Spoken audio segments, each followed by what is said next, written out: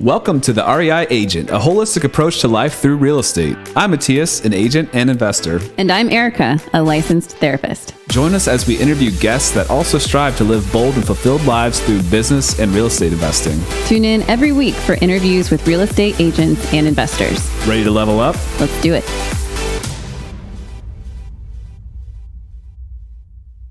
Welcome back to the REI Agent. If you have the privilege of watching me right now on YouTube or Spotify, you will just be so delighted because we got new lights.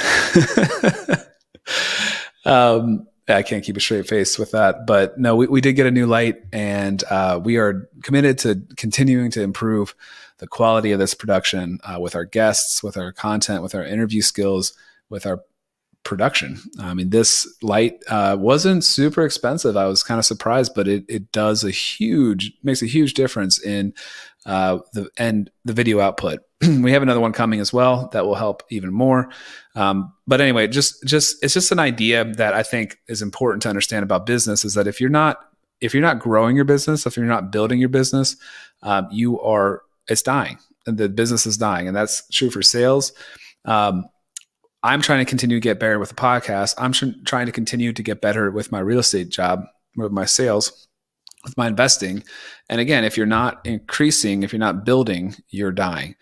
And I think that's a really important thing to think about as you plan for next year. If you haven't planned for next year yet, here's a really good time to start. Think about your quarterly and your annual goals for sales. If you do want to get an investment property, it's a good time to start thinking about that and writing them down, and then making sure that they're attainable so that you can have actions that you can take regularly to achieve those goals. And how to do that is a topic for a different conversation. But I wanted to talk a little bit more about improving your skills and how that relates to real estate sales. A lot of people will go and get their GRI, do designations for behind their name. They'll get their associate broker's license if they're not already brokers. And that's all good. And I'm not saying there's anything wrong with that. But I want to argue that being an investor or having experience as an investor is another really, really good thing to increase your business, increase the value you're giving your clients. If you've worked on fixing up houses at all, if you worked as a landlord, you have a different perspective on houses than somebody who hasn't.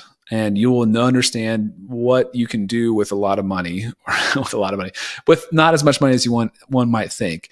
I can't tell you how many times I've seen a buyer go through a house that just needs a little bit of cosmetic work and thinks it's going to take $100,000 to fix up. And I'm like, that's just not true. And now I have more backing to prove that. I have contractors I can help connect them with to get a reasonable job done. And so all these things are increasing my value I can give to sellers and buyers.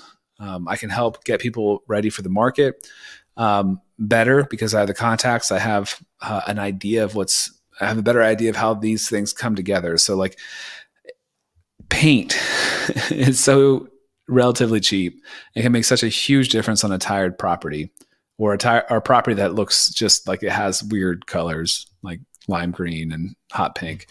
No offense, but a coat of paint can really make a big difference. And I'm probably preaching to the choir, but if you haven't seen the transformation before from a house that is just ugly, horrible, just terrible. And like whenever that property that is, let's say it's a flip, gets painted, it's just this huge transformation that you're just like, oh, I can finally see that this place is going to look nice. And so that's true too. For a lot of listings, you just got to paint them a little bit, and that's going to make a big difference. But anyway, like learning those skills are going to help you in your sales for sure. And then also you can use them. You can potentially buy a property every once in a while that needs to be flipped. If you have that knowledge, and you're ethical in how you explain. And we're going to get into this in this podcast a little bit more. But if you're ethical in how you go about buying property that you might come across that, as an agent, there's a great way to do that. You can tell them, hey, you're not going to make as much money, but you're going to have a smooth, easy, fast transaction. And to some people, that's what they want.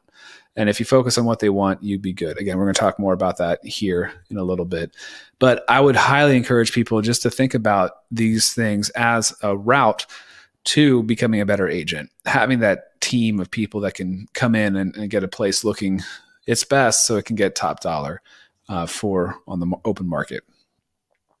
We are super fortunate today to have Garrett Brown on the podcast. Garrett is the short-term rental expert over at BiggerPockets. He was a great person to talk to because he's also an agent. He's been for 8 years. He's in the Houston, Texas area, and so we started off like a normal agent episode and talked about agent related things and moved into some investing and some short-term rental jargon. He has some great insights. If you are in the short-term rental space and have any concerns about how you can continue if your numbers are not near as good as you hoped they would when you first bought, I know a lot of people are in that position now.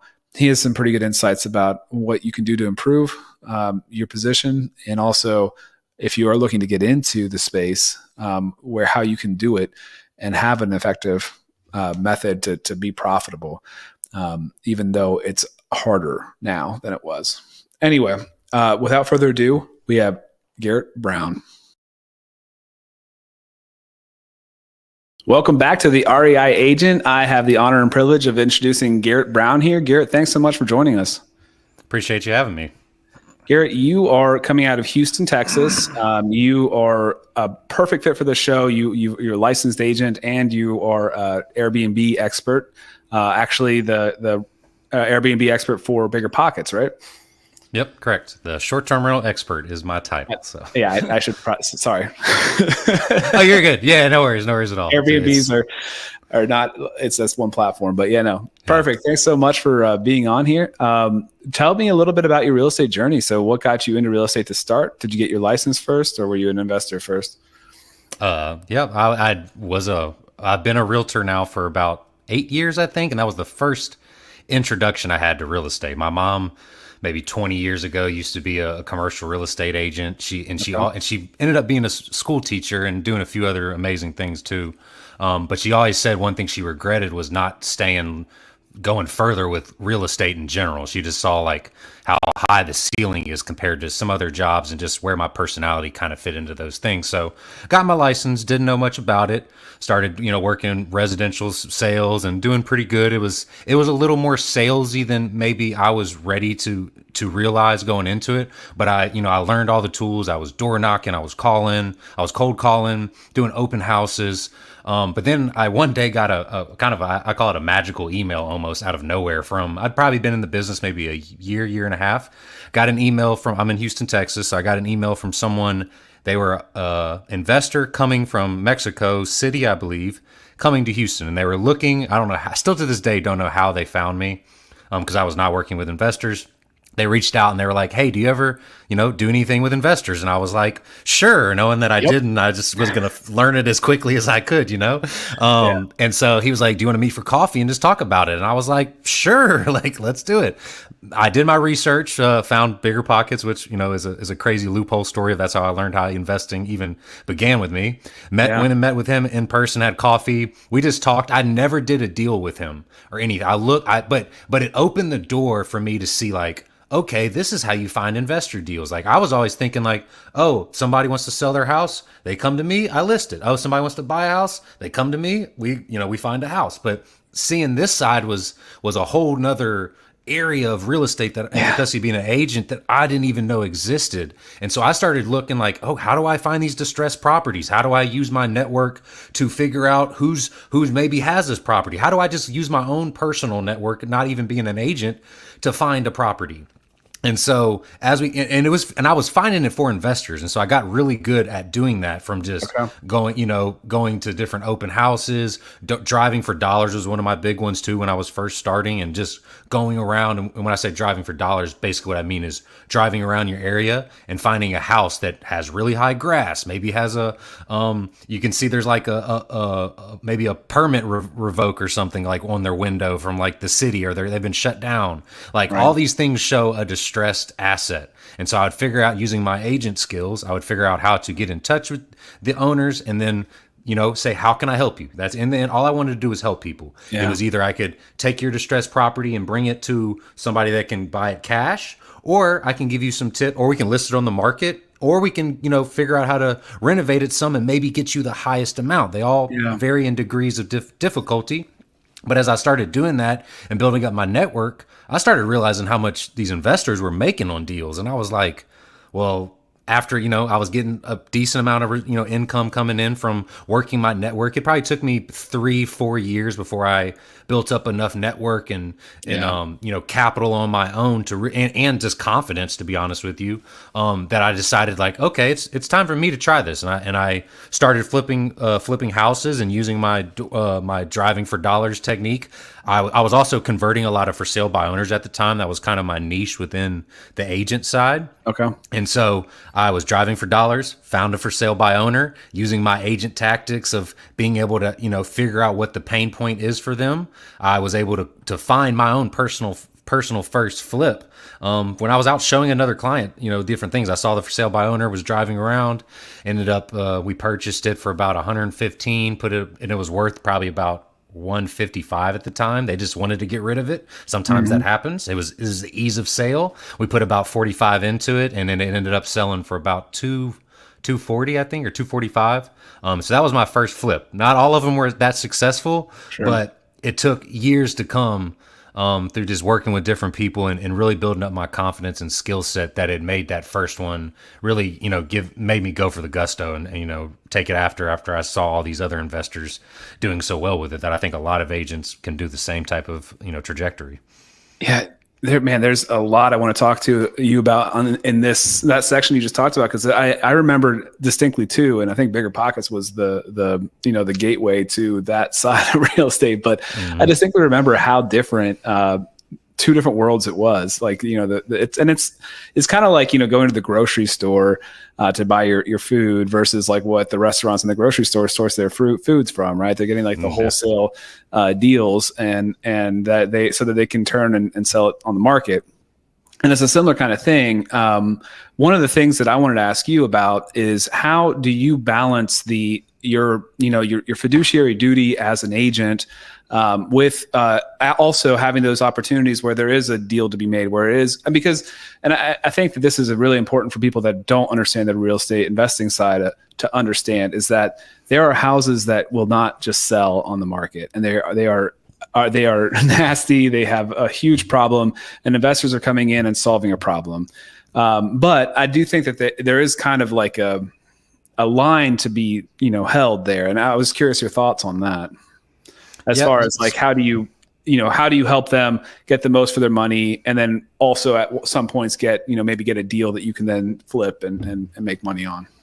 So I think the main thing that, and is why I've never been a massive agent. I probably closed 10 to 12 deals a year, but I've had consistently, just on my agent side, but I've had consistent, word of mouth referrals for a lot of reasons, because I just try to figure out how I can help the person. Money isn't always the end goal for some people. Like it is, it's at the top always.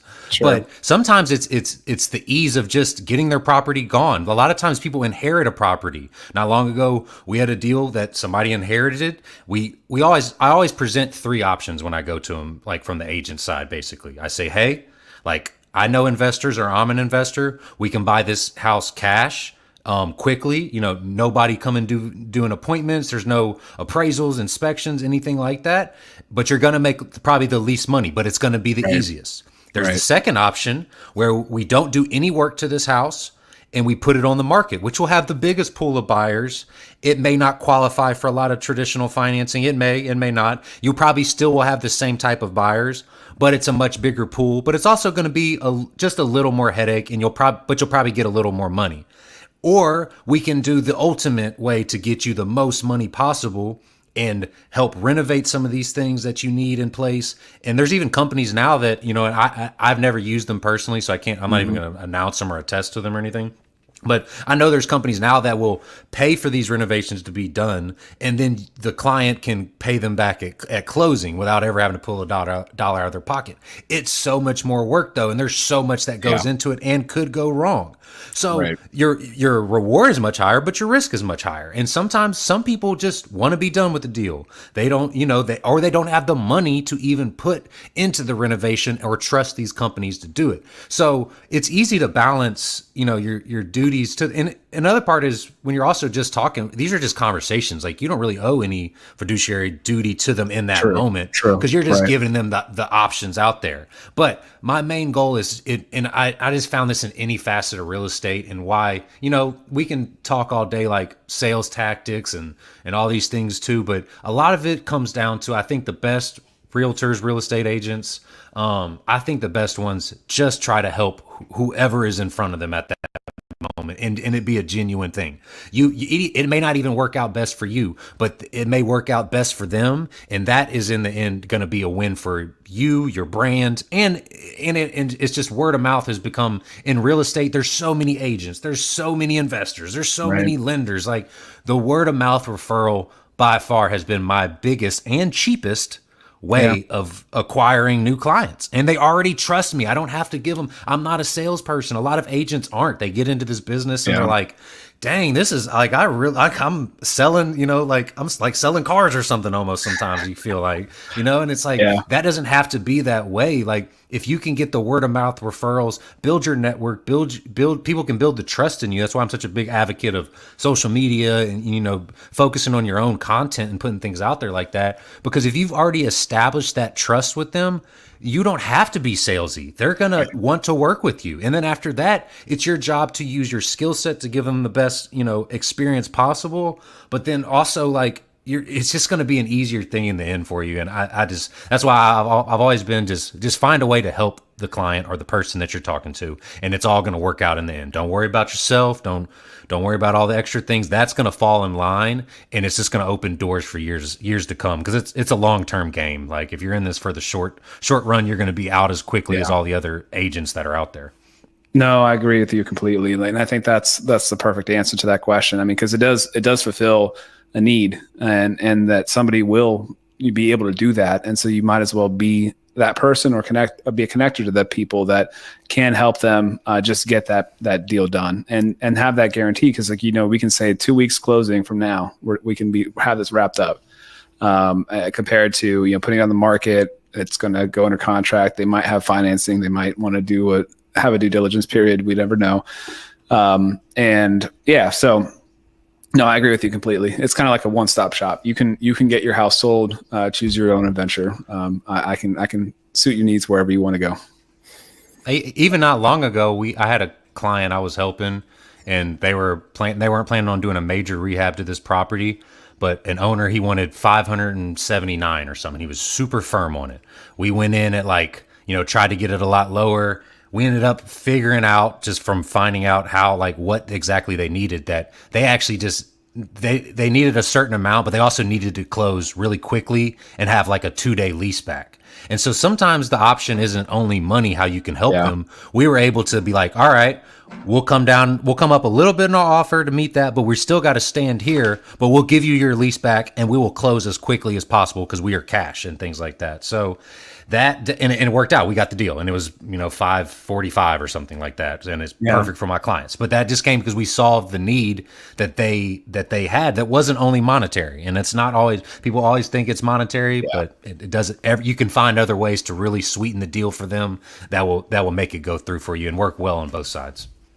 Yeah, 100%. And I tell all my clients, I want to try to lay out exactly how this process is going to go, how we're going to be able to negotiate, but I can't. And because it's going to be different for each individual negotiation. It's going to have nuances. We're going to have to tailor how we approach this differently. But that's where my value is. If you want to talk about, trying to prove your value as a buyer's agent, for example, which is a big hot topic right now. You got to get that buyer brokerage agreement signed, which, in Virginia, we have been doing for years. But if you need to show up and prove your value, that is huge. I have been through so many different negotiations that I know that, I can't just do the same thing for each. I know almost every agent in my market, for one thing. I know how they operate.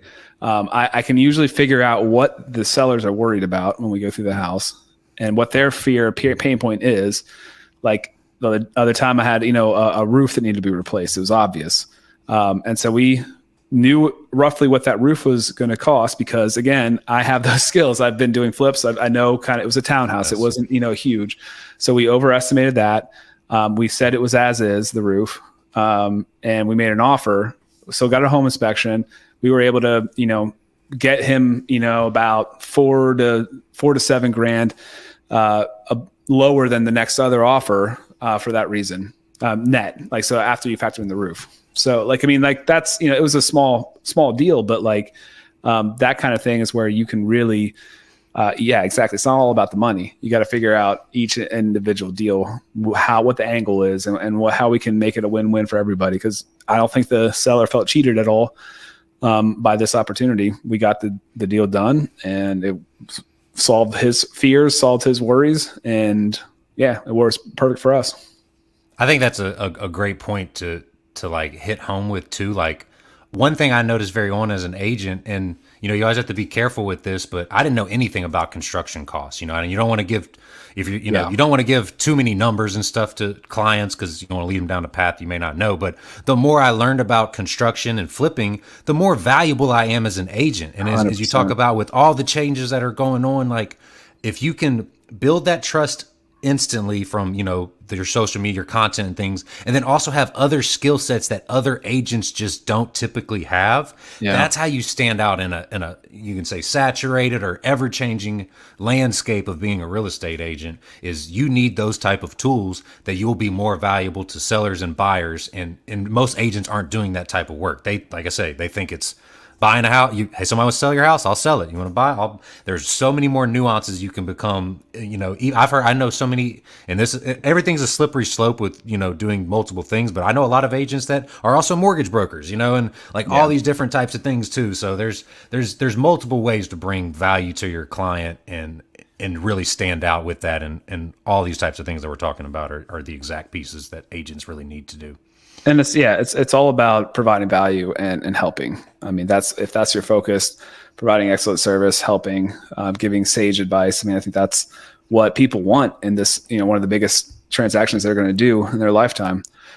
So now somewhere along the way here, you started doing Airbnbs. How'd that come along? Yeah. So I kind of alluded to it that not all my flips were successful. Okay. I really started flipping in 2018, 2019.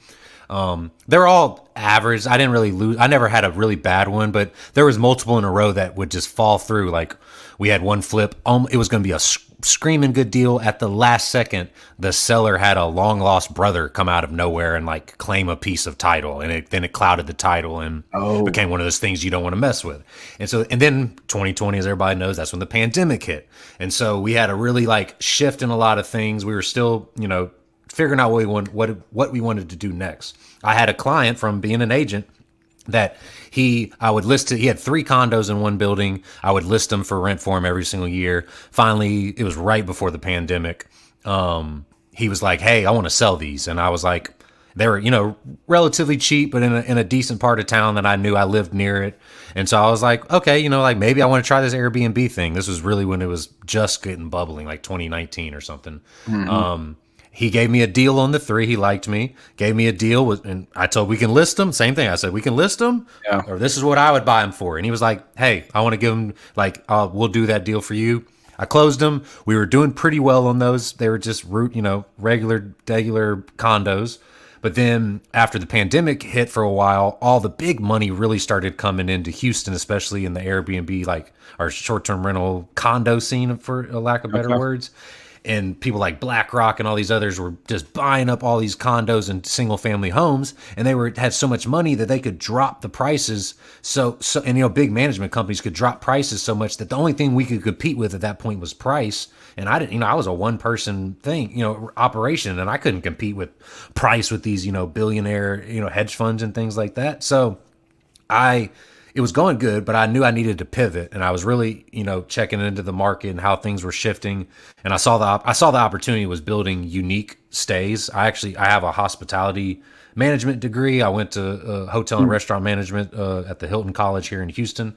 And so I've always wanted to go further with my hotel, management degree and figure out how I can do real estate and use my creative side too. I'm a very creative person. I love making music and all those type of things like that. So that's what I liked about short-term rentals is I saw a niche that if you build something unique, it can do, like, it will do better than most people are doing right now in Airbnb. And we were looking into data projections, and I was looking at different areas, and I was trying to find something that was somewhat of a vacation town, which is near a lake that I used to travel to when I was young, which I always tell people, like, think about where you would like to travel or where you continuously visit. It doesn't always have to be the Smoky Mountains or something like that. Right. I went after this lake that nobody knows.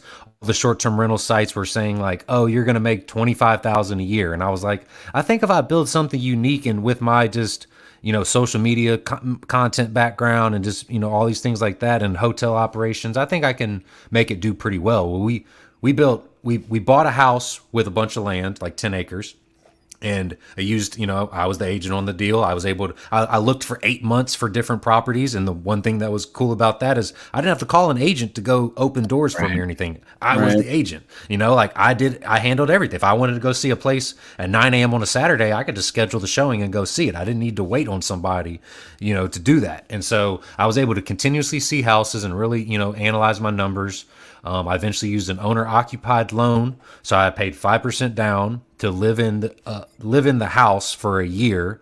But the main reason I did that was I knew I needed cash to build some of these other cabins back there. So I didn't have to put 20% down or 15% down like a lot of 25 in some cases for investment properties. I saved that cash. I built my first cabin. We turned, the house, we turned it into a short-term rental as well. I moved out after a year, and then we also built another cabin, and we crushed I think, like I said, said we were going to make $25K a year, and both our cabins did $100K the first year. Wow. And the big house did like $80K, which is honestly the small cabins they're so much more unique, and it proves my point that unique is going to win in this space. Yeah. And that's kind of how I ended up here. It's kind of a wild shot, but it all came from me being an agent, getting interested in real estate investing. And then the thing that's cool about real estate investing is there's so many avenues. You can do storage spaces. You can be a passive, syndication and things like that. You can buy and hold. You can midterm rent. I could go on for RV parks, whatever. That's what's so cool about real estate investing is you can try so many things and you really just figure out what fits you and what you like. I have a little more free time, and I'm also I'm a little handier. I know operations. Running a short-term rental wasn't daunting to me, and the returns matched the amount of work, but I wanted high cash flow. But if you have don't have as much time, there's options for you too within real estate investing, syndication, easier buy and holds. And that's what's so cool about real estate investing, and why my journey has been so in and out, because that's what I suggest people should do in real estate to learn. I've learned I like elements of flipping houses, but I don't like flipping houses. I like building creative things, which was a form of flipping houses, but just a little too nitty gritty for me in different ways. So, but that's what I do love about it is anybody can find their way within real estate investing and see what fits them. Yeah. Great point there that, Airbnbs will get the most money on paper, right? But it is more work. I mean, you're going to be from the onset to, running it on a day-to-day, you're going to have to set it up. You're going to have to manage clients or people that come and stay, manage the cleaning, all that kind of stuff, or do it yourself, depending on what you want to do. But it's definitely can be more money. Have you seen a downfall in the bookings since? So you've got a creative enough product that you haven't really seen, because I think in a lot of areas there has been. There's a huge boom in creations of Airbnbs, more competition. People were basing their numbers off of what was the case prior, right? I mean, more. You tell me more about that problem and how you can, avoid it, have successfully. No, they're all extremely valid points. I see a lot of pain points for people that bought in the most oversaturated markets in 2022, 2023, basing it off of the year that Airbnb had that was their historical best from a standpoint of, I think percentage of revenues versus listings on the site. So my advice is And other, the thing about, there's a lot of people that teach short-term rentals and Airbnbs and things, and everybody has different advice. And I know a couple people that will always say, like, buy in the saturated markets, buy in the Smokies, like those are proven ones. And it's like, yeah, if you got $1 million sitting to buy a smoky rental cabin and you're not worried for any little bit of return, then yeah, maybe so. But most people in this, especially getting their first few properties, are looking for something a little more reasonable, but still has a high projected cash flow rate. And so I look into, and I have something that's called a 60-30-10 rule. I kind of phrased it after how I found my lake, where I'm near Lake Livingston, which is an hour north of Houston, Texas. So the 60-30-10 rule is I want to be 60 minutes away from a major city. I say 500,000 residents. But the bigger, the better. I'm by Houston. I'm 2 hours away from Dallas, and I'm also 2 hours away from Austin. Those are all major metroplexes. I'm also the 30 is I'm 30 minutes away from 2 state regional attractions. Sometimes I say national attractions, but the national parks might have become so overpriced. It's hard to find a deal there. They're still there, but you need to probably find a place that needs a little work to make those deals work. So if you're looking for something turnkey or something you can build, if you're 30 minutes away from a state or regional attraction, like I'm near Lake Livingston and another place called the Sam Houston National Forest, people will visit those locations from, as I mentioned earlier, when I was living in Houston growing up, we used to go to Lake Livingston all the time during the summer, and it's a thing that people do. You don't have to be some big national attraction to get consistent visitors. You just need to be by, AirDNA calls them feeder cities, but you need to be by cities that have massive populations that love to travel to smaller areas nearby.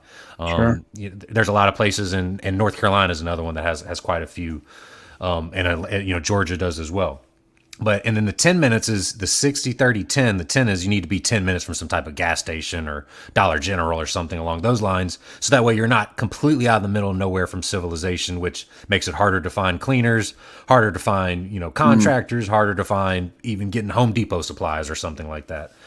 So I think if people try to look for rising markets that are near bigger cities. Another one that I proclaimed not long ago on BiggerPockets is there's a small town in Oklahoma called Lawton, Oklahoma.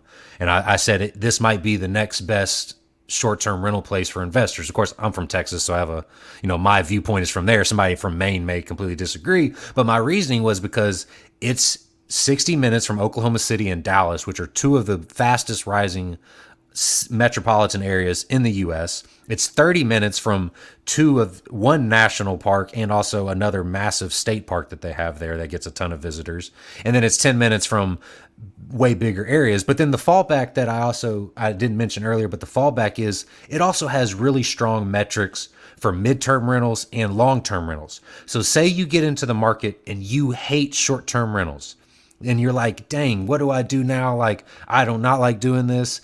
It for whatever reason you don't, because it is just a different beast, way more cash flow. But a lot of these gurus, quotations, will lie to you and say like, oh, I can make Airbnb money passively. It is not far from it. I don't spend, like I said, I work a full-time job at BiggerPockets and do all the things I love to do. But that's because I built systems and automations and have a team in place. And I still work within my business quite a bit, at least 8 to 10 hours a week.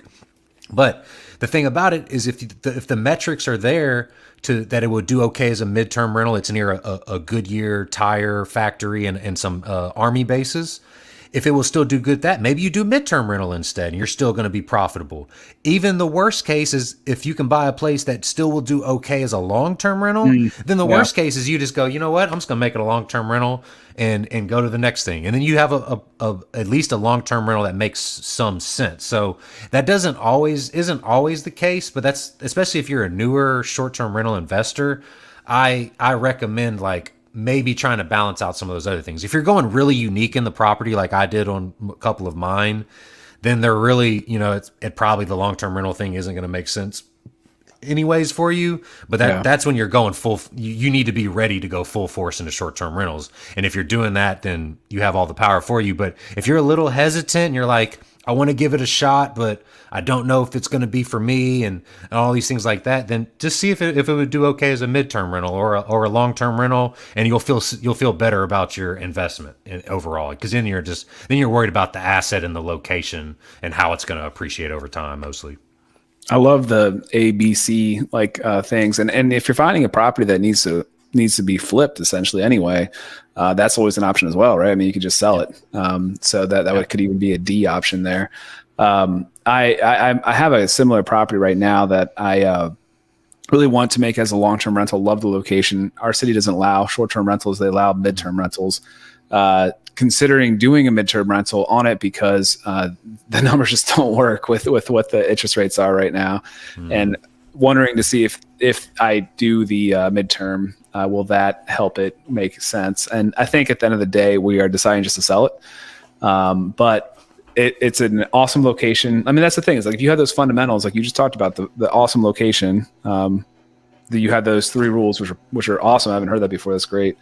And if you have a great deal, which this one was because it needed a lot of work, there's just going to be options to move forward. And we're probably just going to opt to sell it, which we'll make a nice little profit on it. We should. So that will work out. But I'm tempted still. Every time I see it, I'm like, oh, I love this house.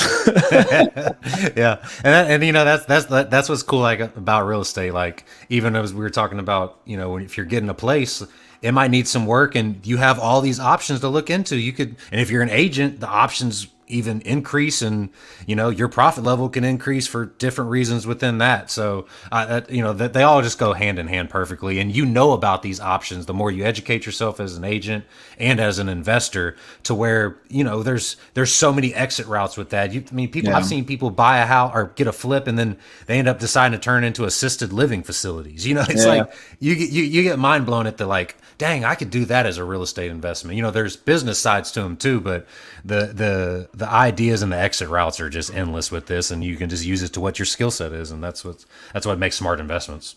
Yeah, and that's a kudos to people who are always out there learning new things. Like, I mean, if you're listening to the BiggerPockets podcast, if you're listening to podcasts about different investing strategies, that's helpful. If you're part of masterminds where you're learning from what other people have done in similar situations, it's that knowledge is just so powerful. So yeah, kudos to anybody who's listening to this right now, because you're doing yourself a lot of favors.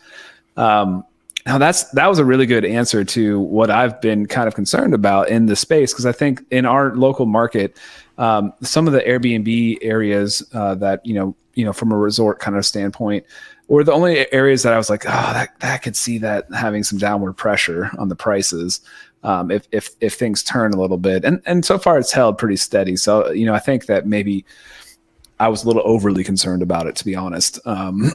But yeah, making something unique is key. One of the things that my wife and I have also noticed from our stays in Airbnbs is that it seems like sometimes people will do kind of a quick flip kind of thing. It feels cheap, feels not well thought out. There's a lot of things that don't make sense when you go through it. Like she just had an experience where there was a microwave that was on the refrigerator, and to be able to use it, they had to either pick it up and take it down, or they'd have to move the stove out to be able to plug the plug in behind the stove. And there wasn't any way to just kind of keep it plugged in or be able, and so every time they were like, oh, my coffee's a little cold, I don't know if I want to go and move the microwave. Yeah.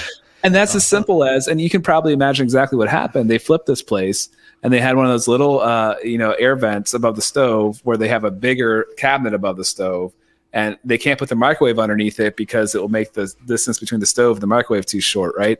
Instead of getting a new cabinet and just moving everything up, and threw a microwave on the refrigerator. And it's that kind of stuff that sometimes it gives Airbnbs a bit of a bad name. Like, what strategies do you have to kind of help think through those nuances? I mean, that one's an obvious one. Yeah. I was gonna say that is definitely there's flipping nuances, and then there's also flipping nuances, and there's also Airbnb design nuances. So I would say that's a flipping nuance, but I see it all the time too. It's just in the short-term rental field of people, they'll just they go to Home Goods or whatever, buy the first Highland cow picture they see, get the first, what gray couch they see with some pillows. And then they're like, oh, they get the first bed they see and like, oh, okay, that's my, short-term rental. But the ones that, if you can see the ones that stand out, they put real thought into the design. So I design a lot of them too with the help of my mom, actually, who's, has a lot of design experience in her own. But I've learned design. I just have an eye for it personally. But if you don't, then you need to like possibly hire someone, or also like, don't be afraid to like, go on Instagram and social media and see what and even Airbnb and see what the successful ones are doing in your area or in an area nearby and copy them. Like, it's not like people, they're so afraid to be like, oh, like this idea, I saw that. And it's like, I don't think this Airbnb invented LED signs. You can do one too. Like, I don't think this Airbnb, like, you can take some of these ideas from places and enhance them and make them your own. And that's kind of what I've done. I've had my own design theories, but then I see ideas and I go, oh, that'd be cool. And then I constantly enhancing the space, but I go in from the beginning knowing that the furnishing and designing the amenities, even when I say creating a unique stay, I think I should have paraphrased that too with, I don't even necessarily mean like it has to be a tree house or an A-frame or a geodome. I'm talking like I've seen regular condos get turned into like, or a house get turned into an oasis because they spend money on the outside, they spend money on the indoor amenities, and they figure out the design. It doesn't have to be some insane theme, but there's just a lot of design elements that go into it. Pops of color, wallpaper, all these things that wouldn't be normal interior design tips probably at this moment, should be in place for, some of these places. It doesn't need to look so sterile, like white walls with a white couch, like I say, with one fake plant and some white, dishes from Walmart. Like, that's not going to cut it in today's age. Maybe in 2018 when people were, putting up an air mattress or something like that and being successful in Airbnb. But nowadays it takes a lot more. And that's why, that's where people don't care, and Airbnb has noticed this. This is why they've done so many categories now of unique houses. Airbnb knows that most people don't care about the location. You need to be near a big city so you can draw these guests in. People don't know the city that my unique stays are in. They see the amenity, they see how cool it is, they see everything I provide, and they just want to go to it because it's an experience. And so, kind of to go back into the question of like, the saturated markets and all these things that you don't have, like, you just need to build a cool experience, whether it's a single family. I saw not too long ago a place it was somewhere in California. I forgot the name, and I've told this story once or twice already. He had a house, just a singular house, and it wasn't performing that well on Airbnb. He changed it to like I can't remember if it was The Shining or like a horror theme or something. Okay. And he's crushing it, like millions of views on social media, bookings are flying, like, and it was the same house, and it wasn't. I don't know how much he spent, $10,000, I'm guessing, and it was nothing crazy, and it's crushing it now. And like, that's just a prime example of, you build something that people want to experience, and some marketing skills or work with somebody that does that, the sky is the limit for you in that type of field there. And then having that house, if he decides one day he doesn't want to do it, you can take out the design and go back to a regular house. It's it's and you still have a performing asset. And short-term rentals, like, people think that they're more wear and tear on those than there is long-term, but it's actually the opposite from my experience. I've walked into places that have been rented out for 4 years, and it costs $40,000-$50,000 to fix. Like, if a drywall hole gets, punched in during a short-term rental stay, that's $400, and we're fixing it that day. Right away. The plumbing leak we're catching, and we're doing yearly maintenance and all these other things. And so our costs are actually more minimal than my LTRs have. So that's just another perspective too for people when they're thinking about, because I hear a lot of times like, oh, you're gonna have so much damages on short-term rentals, and it's like, the damages I have are very minimal. I have insurance, but Airbnb, they get a bad rap, but they actually cover quite a bit of things that, like, they're not bad. Like, I for some reason, everybody hates Airbnb, and Airbnb, if you're watching this, like, remember me saying this, but I actually think they're pretty good. I've had a couple instances where things were not great, but they've always they've done exactly what they've said, and I've, provided the right documentation, and I have a lot of direct bookings, but Airbnb is a great market, the biggest marketplace for this. So you don't need direct bookings and all these things. If you're just one listing and you want to put it on Airbnb and give it a shot, they handle a lot of things. You need your own insurance and all that, but I have had great experiences. I had somebody break some stair rails not long ago, and Airbnb is going to pay for my new stair rails. So, improving my house equity at the same time and appraisal value, and I'm not paying for it. So, it's a win. Yeah, that's awesome. Do that with a long-term rental. So it sounds like, for real. It sounds like you want to really go after like the first impression, kind of from when people are scrolling through. Like the pictures obviously are huge. Like you want to have like, something that sticks out and is different than everybody else. Like you have that unique thing that you're talking about. But how important is that compared to like when somebody actually gets there and how it feels like from like kind of what I'm talking about? Like, you might have great pictures, then you find out the microwave's on the refrigerator. How much repeat business do you get, and how much are you concerned about that? I mean, I imagine you want the high ratings and all that kind of stuff, but yeah. And to kind of touch on the microwave thing too, as well, is I went and stayed, I've stayed in tons of Airbnbs, and before I built my specific ones, I went and stayed in a lot of them. So I could see like, oh, okay, I don't like this. I need to note this. I don't like this part. And then after your place is done, you need to stay in your place a few times, and you need to have friends stay in your place a few times. And that will really help mitigate some of that like action that's happening right there. And then as far as the pictures versus, the experience, I mean, you need both. So it's like the pictures need to be stunning. I tell people all the time, like, you need, the pictures will stop them from scrolling, but then your amenities and your ratings and all those things like that will make people book the place. And so you've got to win on, the pictures in your listing from their eyeball visual, but then your ratings are going to come from good guest experiences, which you provide. And then the amenities you provide, which they're scrolling through your listing, is going to add to both. People will book instantly, and they'll just have a better time because they have more to do. I'm just like I said, I'm a big fan of the guest experience overall. So I've spent a ton of money on my outdoor spaces and being unique. Like I'm in Houston, Texas. I put a sauna in both of my bigger rentals, and people were like, "Why are you doing that? Like you're in a sauna." And I was like, "I want to be different. I want to stand out." And of course, it stood out. No one else has a sauna. People come all the time and they go, "I was so glad to have the sauna. I booked it for the sauna." And it was my sauna was $3,000. I'm sure I've made that back within a month. So totally. So it's all about. I think the guest experience is going to always trump I always say professional photos, but I would rather over deliver at the experience and under deliver in the photos. But the best option is, don't under deliver in either one and sell them on both. So that's kind of the way I'd play it. To real quick parallel to real estate sales is I've definitely had properties that have been over marketed. And in the sense that people show up and they feel disappointed when I get there. And I feel like that's always the worst. You could have the exact same price. You could have, and here's an example. So I had a ranch house that had a basement that they had finished. They had 2 extra bedrooms down there. But it was just kind of didn't feel like, I think maybe it was painted cinder block walls, ceiling tiles. It felt a little bit, it wasn't blowing anybody away when they went down there. Right. So simply changing it to a 3-bedroom, which is counterintuitive, and taking away that finished square footage and saying it's unfinished, it switched the mindset of people. When they got there, they thought, "Oh, what a bonus. Like there's actually more square footage. There's more bedrooms. There's more to this property than what is listed." But on the other hand, they were like getting to the basement and disappointed.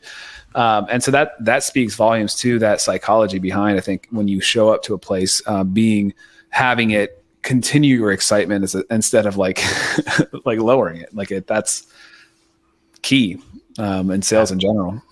Absolutely, 100% agree on that. And I would rather have that scenario than the opposite of people getting somewhere and being like, "Oh yeah, this isn't what I thought it was going to be," because that you can't. It's hard to recover from. The other one, like you're only starting off on a good foot.